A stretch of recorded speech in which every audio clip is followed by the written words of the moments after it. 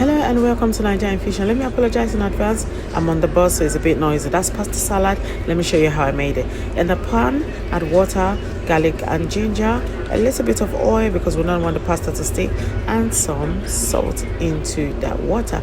Once the water starts boiling, you just want to toss in the pasta. You can use any pasta you want, absolutely fine. In a bowl, put in chopped cucumbers, spring onions, red onions, cabbage and tomatoes. Mix up the vegetable to your own preference, absolutely fine. Then you just want to pour in the pasta. Once it's cold, make sure you run it under cold water. It must be cold before you pour it into the mix. Then some kidney beans and peas. You can use chickpeas like I said, or any vegetable of your choice. Pour that into there, and then we added some sweet corn. I added some sweet corn. One quick question, black pepper as well. Quick question, do you rinse your vegetable before you use them, or you just take them out of the freezer and toss them into your food? Or because I'm just wondering, I always rinse like the kidney beans, the